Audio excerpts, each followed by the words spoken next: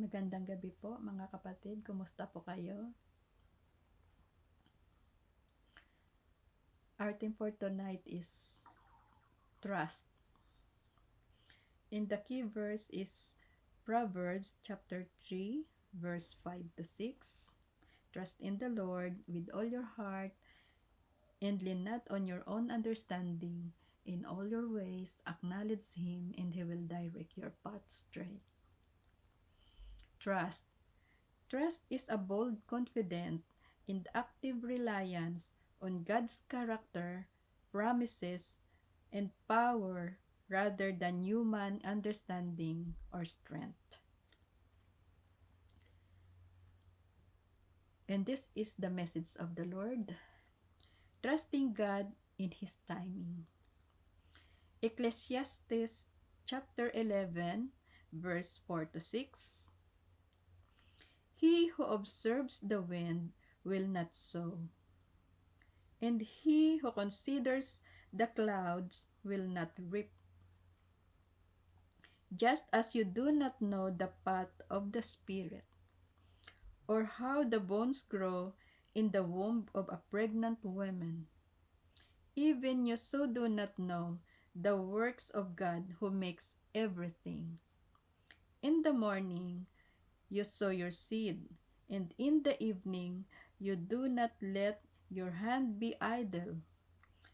For you do not know whether this or that will prosper, or whether they will both alike be good.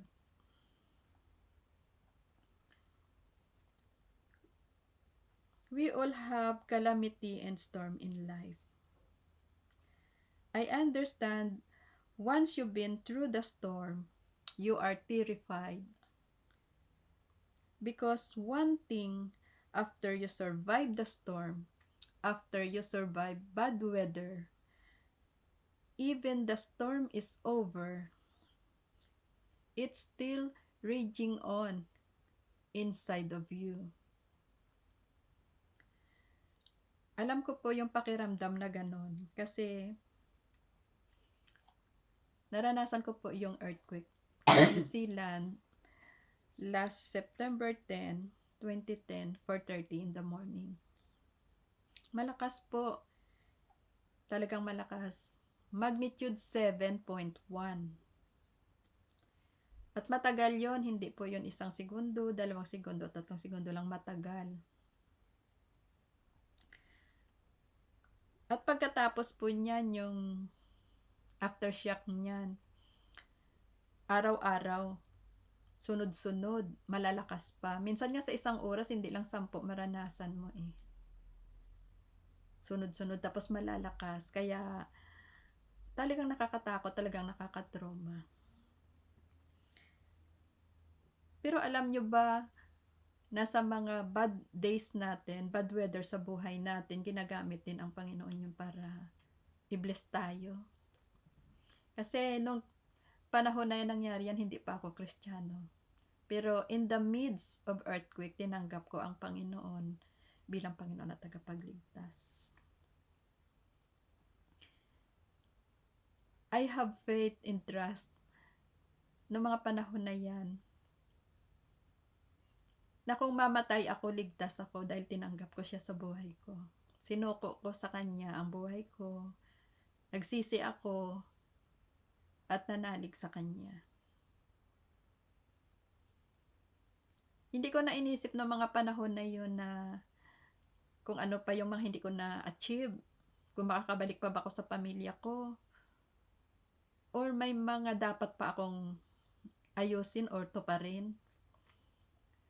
Nung mga panahon na yon, ang maisip mo na lang ay ang maligtas ka. Di ba rin kung mamatay ka man sa oras na yon, ay ligtas ka dahil ng mga panahon na yan, siya ang kasama mo.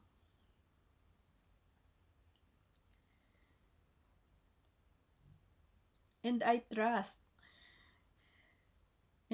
God during that saddest weather in my life. God set me free. The Christian who have been set free by the love of Christ know that neither heights nor depth, nor anything else in all creation, neither death nor life, neither angel nor demon, neither the present nor the future, nor any power can able to separate us from the love of God that is in Christ Jesus, our Lord. Do you know how many things that the devil has kept you from doing in your life that God called you to do? Because of what might happen if you did. And most of us, the enemy doesn't have even to fight us with real event or circumstances. Just even the suggestion of the disaster is enough to send us into retreat.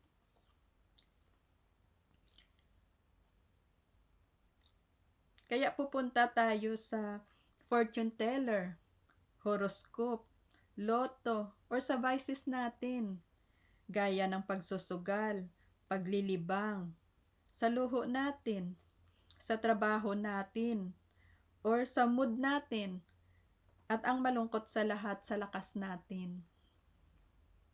Kaya ang ginagawa natin, prediction instead of declaration of faith, trusting God in His timing.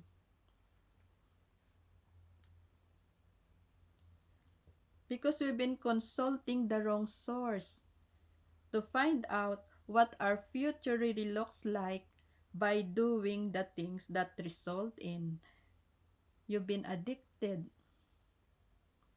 You live in fear. That's why we never sow and we never reap. You feel never blessed because you never trust God. King Solomon said, because we watch the wind.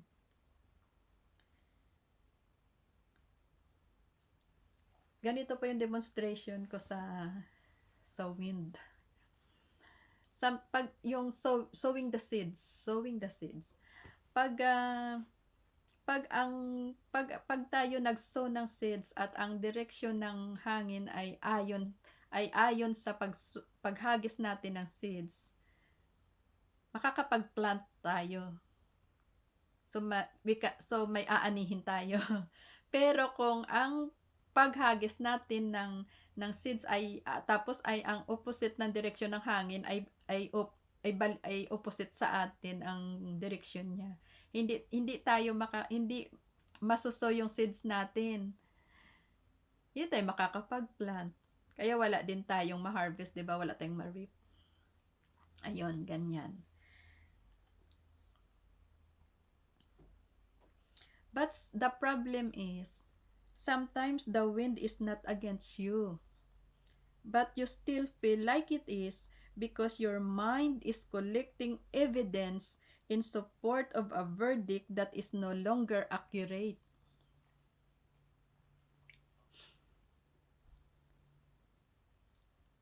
Watching the wind is a metaphor for letting fear, overthinking, or the pursuit of perfect conditions preventing you to taking action. Let me tell you the example of watching the wind. Magsiserve lang tayo pag nasagot ang panalangin natin. Magsiserve lang tayo pag komportable tayo. Magsiserve lang tayo pag may extra time. Magsiserve lang tayo pag nasa mood tayo. Or magsiserve lang tayo pag wala tayong work. Wala tayong event. Because if you wait for the perfect condition, you will never get anything done. Because you are consulting the forecast instead of consulting our faith. Watching the wind is dealing with people who would consult the condition before keeping their commitment. How many people have not started what God told them to start because they keep watching the wind, then waiting for more spare time? It is an imaginary scenario that keeps you from an actual opportunity. Watching the wind is like wishing that you have a different wife instead of loving the one that you got, like Christ loved the church.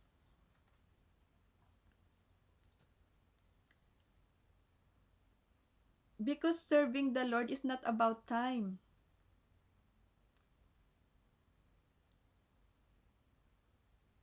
Every day is the time for us.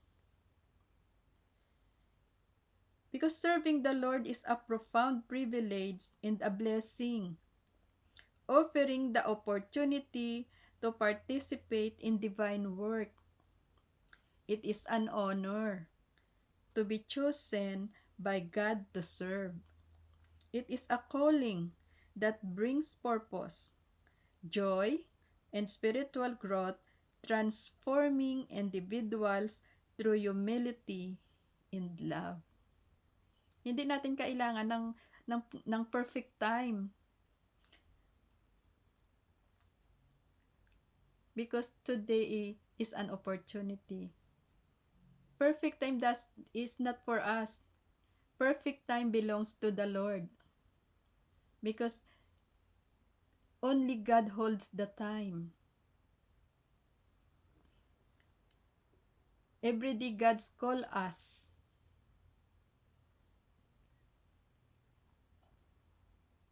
Because the real thing of faith is, do we trust God in His timing? I want to share you the life of Lazarus.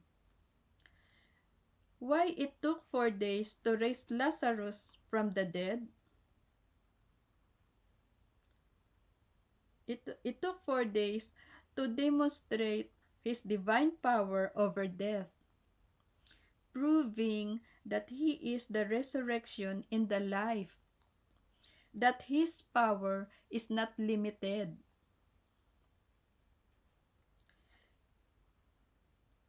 Do you think Martha is confident that Jesus raised Lazarus from the dead? No, she is not confident, but she chose to trust God.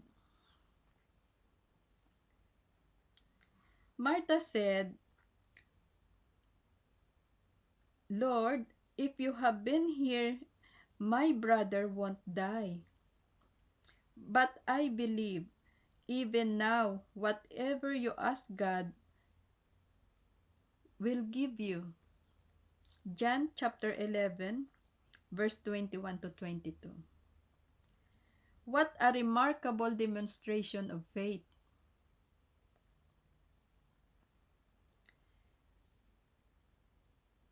It took 4 days for Martha and Maria because God want to teach them a lesson.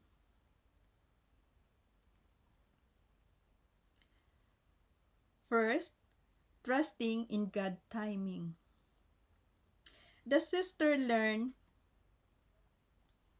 that Jesus answers prayer in His own time, not according to their schedule.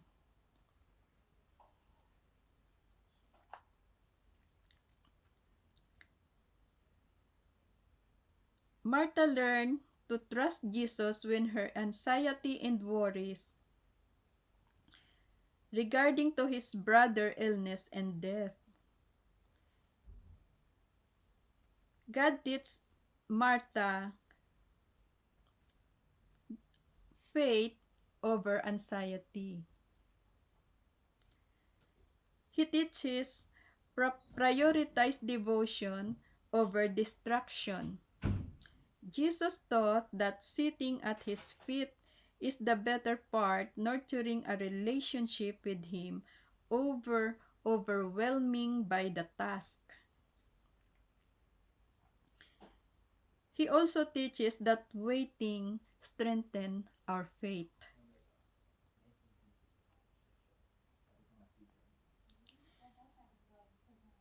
The reality of faith is, do you trust God in His timing? Are you able to trust when God is able to do it? God asking us, do you trust me with my timing? Because trusting Him in the meantime is where maturity is developed. And this what He said. So I can teach you how to consult your faith instead of consulting your forecast. How? Paano? Matthew chapter 6 verse 33. Seek ye first the kingdom of God and His righteousness, and all these things shall be added unto you. John chapter 15 verse 7. If you remain in me and my words to you, ask whatever you wish and it will be done to you. Because if you keep watching the forecast, it will keep you live in fear. It will scare you always because the weather is meant to be checked, not for watching. If you keep watching your weather, you will get in your feeling and get out of your faith. And the wind will work against you to contradict the words that God spoke to you. Kaya mga kapatid, do not let the storm that you are in right now to keep or to stop you trusting the Lord. Have faith to God, who created you, who laid down His life for you, to the one who prepared a table for you in the presence of your enemies. He holds our future. Jeremiah 29, chapter 29 verse 11 said, For I know the plan I have for you, says the Lord, a plan to prosper you, not to harm you, but to give you hope and a future. Mahal tayo ng Panginoon kahit kailan hindi tayo itinuring na basura at kaaway. Mahal niya tayo. John 3:16. For God so loved the world that He gave His only Son, that whosoever believes in Him shall not perish but have eternal life. Nakita nyo yon yung pagmamahal sa atin ng Panginoon. Kung ang bugtong na anak nga niya, kaya niyang ibigay sa atin. Ano pa kaya yung mga pangyayari sa buhay natin na hindi niya kayang alisin? At hindi niya kayang ibigay yung mga panalangin at kahilingan natin sa Kanya. Psalm 139 verse 14. You are fearfully and wonderfully made. Fearfully. May agape love. Wonderfully made. May purpose tayo.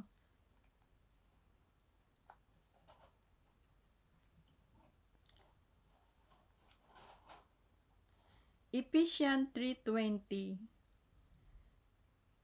Now to Him who is able to do immeasurably more than we all ask, according to His power that is at work within us. Wala siyang hindi kayang gawin. Lahat yun kaya niyang gawin para sa atin. Faith in Lazarus' life is not just a belief, but a present trust in Jesus' power over hopeless situation.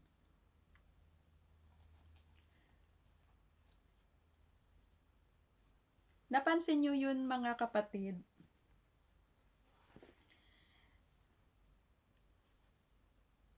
Lahat po ng pangyayari sa buhay natin, ginagamit ng Panginoon yung mga bad days natin para i-bless niya tayo. Sa buhay po ni Lazaro, yung death ang ginamit ng Panginoon. He restores Lazarus' death bring back to life.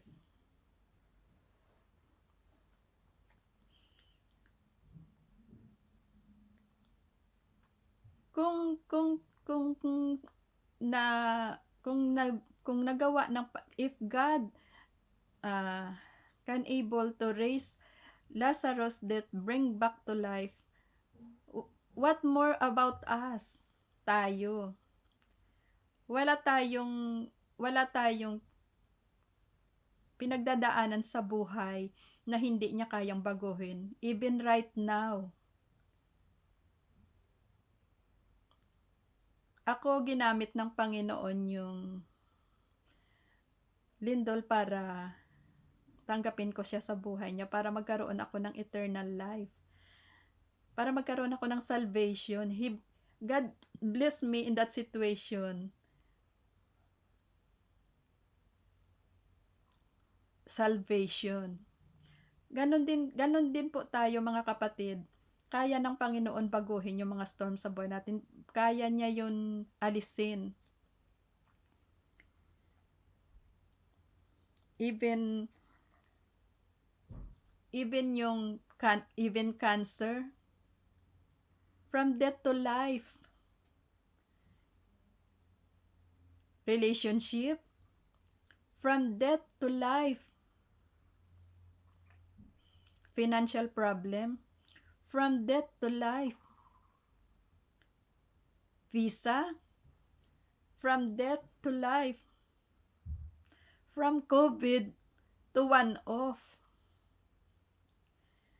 from redundancy to permanent job. Pero ang kailangan natin, magtiwala tayo sa Kanya. Manampalataya tayo na may gagawin siya sa buhay natin. Kailangan matuto tayong mag-antay sa kanyang time. Hindi ayon sa time natin, hindi ayon sa kagustuhan natin, kundi ayon sa kalooban niya.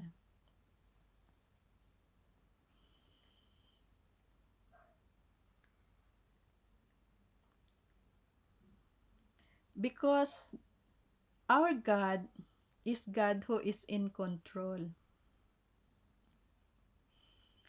He only holds the time. His time is always perfect. Sino ba mag-aakala na nangyari ang COVID, wala ng pag-asa? Pero but God used the bad days to bless us. Tama po? Lagi po tayong manalig at manampalataya sa Panginoon. Our God is omniscient. Our God is omnipotent. Our God is omnipresent. He is all-knowing. He is all-powerful. And He is everywhere. He is all-knowing. Alam niya lahat ng pinagdadaanan natin sa buhay.